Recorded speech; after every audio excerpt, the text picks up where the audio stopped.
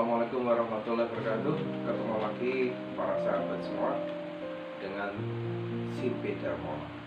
Kali ini akan membahas tentang keutamaan ke masjid. Salah satunya adalah pakaian. Baik, kita mulai. Bismillahirrahmanirrahim. Asyhadu an la ilaha illallah wa asyhadu anna Muhammadan rasulullah. Allahumma shalli wa sallim ala sayyidina Muhammad wa ala sayyidina Muhammad bi rahmatika ya arhamar rahimin. Allah Ta'ala fil kitabil karim. A'udzubillahi minasyaitonir rajim. Bismillahirrahmanirrahim. Ya bani Adama, khudhu zinatakum inda kulli masjidi wa kulu washrabu wa la tusrifu innahu la yuhibbul muhsinin. Quran surat 7 ayat 31. Baik, perintah Allah ternyata bukan hanya mengenai ibadah, baik ibadah mahdoh maupun ghairu mahdoh. Perintah Allah ternyata tidak sekedar untuk beribadah, ibadah yang sering kita lakukan seperti puasa, sholat, kemudian zakat, kemudian menyantuni anak yatim, berbakti pada orang tua, jangan sirik dan sebagainya. Masih banyak lagi. Dari hal yang paling kecil, ternyata Allah mengatur segi pakaian pada saat kita ke masjid. Yang saya bacakan tadi, ya bani Adam, khudhu zinatakum inda kulli masjidi wa kulu washrabu hani wa la tusrifu innahu la yuhibbul musrifin. Wahai bani Adam, pakailah pakaianmu yang indah di setiap memasuki masjid. Makan dan minumlah dan jangan berlebihan. Sesungguhnya Allah tidak menyukai orang-orang yang berlebih-lebihan. Kalau kita dipanggil oleh para penguasa dunia, maka yang paling diperhatikan pertama kali adalah penampilan. Kita dipanggil Pak RT, maka minimal kita menggunakan batik. Kita dipanggil oleh Pak Lurah, maka kita minimal menggunakan baju batik. Pakaian rapi, bersepatu. Kita dipanggil ke yang lebih tinggi lagi, misalkan bupati, kita juga menggunakan batik yang sopan, yang rapi. Kita dipanggil oleh presiden, maka yang kita gunakan adalah batik atau menggunakan jas seperti yang saya lakukan ini. Tetapi kadang kita geli. Yang memanggil adalah Allah SWT, pemilik seluruh alam semesta dan di antara keduanya. Orang sesuatu yang lebih berkuasa daripada yang di dunia ini. Allah pemilik kekuasaan, Allah pemilik langit dan bumi, Allah pemilik orang-orang yang ada di bumi, Allah pemilik seluruh harta di bumi ini. Tetapi pada waktu kita ke masjid dikatakan hayya 'alas shalah, gitu, kita berangkat pun kadang aras-arasan, berangkat pun kadang dengan malas-malas. Sehingga masjid-masjid yang kita jumpai ini pada saat iqomah, maka yang terjadi adalah hanya beberapa orang. Mereka lebih senang datang terlambat, mereka lebih senang datang menjelang sholat sudah berlangsung lama.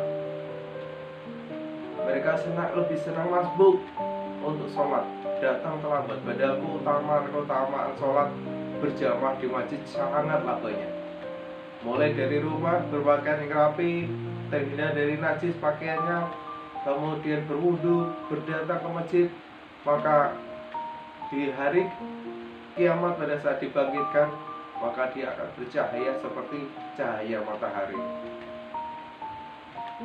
Batu-batu yang kita lewati memohonkan ampun pada orang tersebut.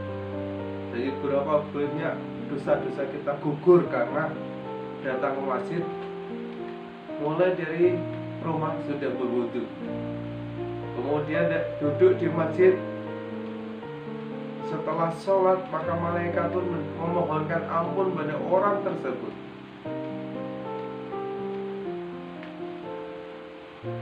Tercatat sebagai amal kebajikan yang utama. Tetapi kadang kita melihat yang dilakukan oleh orang-orang yang tidak menyadari tentang keutamaan ini, menggunakan baju seenaknya, bahkan kaos bertuliskan masih enak zamanku toh, salah satunya.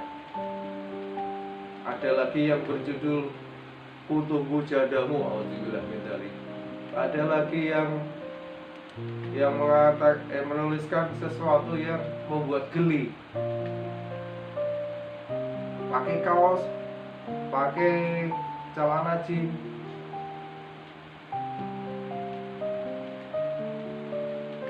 Padahal perintah Allah ya Bani Adam ini untuk semuanya, baik muslimin maupun mukminin.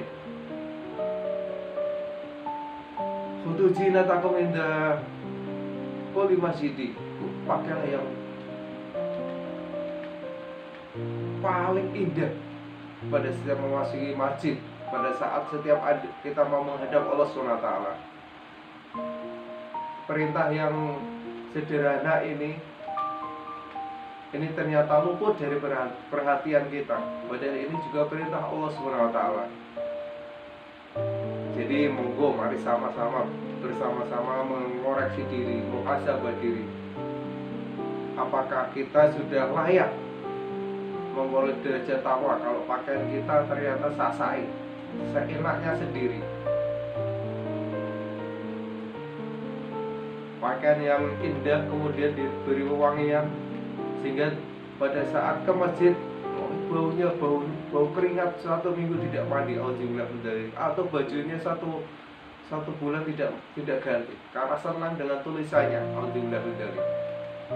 sehingga begitu masuk masjid yang terdengar yang terbawa oleh tercium adalah bau, sehingga konsentrasi orang untuk bersujud itu berkurang.